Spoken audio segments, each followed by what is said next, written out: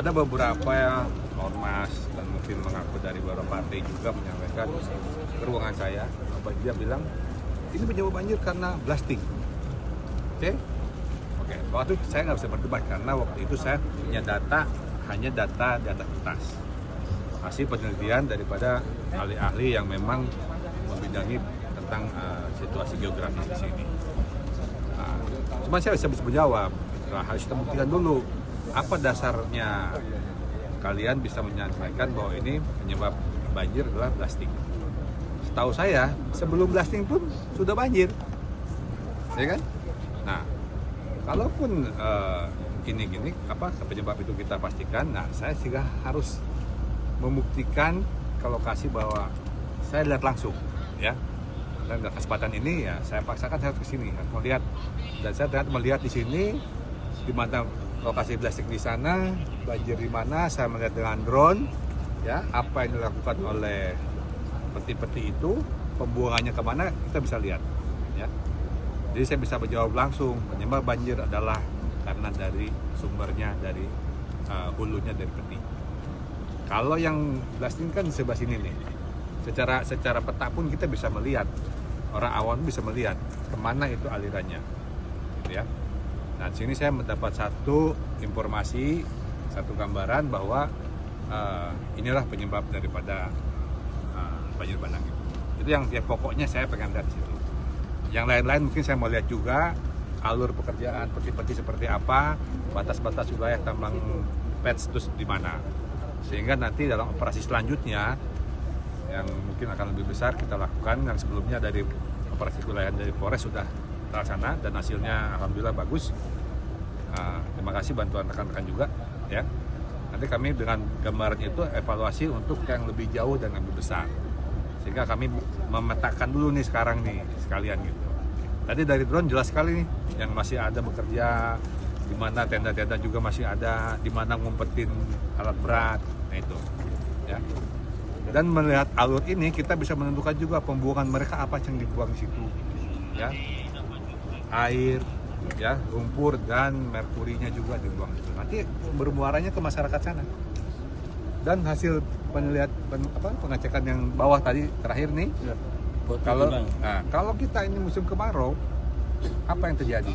Terjadi peternakan malaria dan DBD. Nah, mungkin yang lebih utama kena adalah yang masyarakat di bawah. Nah ini, ya, kan tidak selamanya musim hujan kan? Ya. Kemarau akan hujan, hujan pun akan kemarau. Nah ini perlu diwaspadai kepada masyarakat kita juga antisipasi ini. Mungkin mudah-mudahan perusahaan pun juga bisa punya langkah-langkah strategis untuk mencegah terjangkitnya penyakit DBD ataupun malaria. Mungkin ada himbauan Pak, Izin Bapak, yang paling terakhir dari saya Bapak, ini langkah Pak Kapolres ini luar biasa Bapak, ya, dalam melakukan penertiban dan mendapatkan dukungan dari berbagai pihak. Ini ada tidak Bapak himbauan dari Bapak selaku pimpinan tertinggi di daerah kepada masyarakat, ya, yang hingga saat ini masih beraktivitas di kawasan pertambangan emas ilegal Pak? Pada masyarakat, mari kita cari nafkah, ya, yang dengan tidak merusak lingkungan, tidak memberikan atau menciptakan suatu bahaya ikutannya, ya. Bahaya itu apa? Banyak, ya, bahaya kecelakaan saat menambang, bahaya akibat tambang itu, bahaya akibat tambang tersebut, ya, dan seterusnya sampai tadi malaria itu banyak ikutannya. Dan pengrusakan lingkungan itu juga sulit untuk kita kembalikan lagi, ya. Sehingga kami semua teman-teman juga mungkin sepakat, ya, untuk bisa menghentikan pengrusakan lingkungan. Kami sudah upaya untuk menerbitkan WPR dan IPR sehingga penambangan akan tetap terlaksana dengan legal dan semuanya bisa menikmati juga hasil tambang, ya. Yang prioritaskan terutama untuk masyarakat Gorontalo sendiri, itu yang prioritas, ya.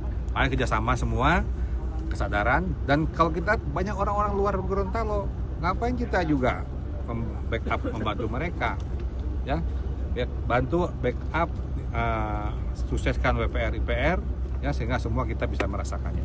Ya, izin Bapak, apakah penertiban ini akan dilakukan secara besar-besaran, akan menyasar semua wilayah yang ada di Pohuwato? Ya, bukan Pohuwato saja, semua wilayah Gorontalo, ya. Berdasarkan hasil analisa dan evaluasi hasil Kapolres kemarin nih, Pohuwato, kami akan evaluasi mungkin cara bertindaknya, perlibatan personilnya, ya, anggarannya pun. Nah, mungkin saya juga bisa menggandeng dari rekan-rekan sejawat yang lain dan kekuatan dari pusat, ya, kalau memang diperlukan. Kan kita kenal ada Satgas Pusat juga, itu akan sangat signifikan kalau beliau-beliau juga bisa atensi kepada kegiatan kami di Gorontalo. Bapak, ada informasi bahwa penertiban itu sudah dilakukan dimulai dari hari ini, Bapak. Benar? Sudah, yang dengan Polres kan sudah selesai nih. Yang selesai Polres, Belum. katanya ada Polda lagi, Pak. Kami mau berlanjut berdasarkan evaluasi. Nah, sekarang ini karena saya datang ke sini, saya mengevaluasi dulu hasil dari Polres, sekalian melihat lokasinya, dan melihat juga sasaran ke depan yang mana. Tadi saya lihat tuh, masih banyak di balik gunung sana itu. Nah, itu operasi. Nah, memang perlu effort teman-teman, tenaga, biaya, waktu, dan lain-lain. Itu tidak sedikit.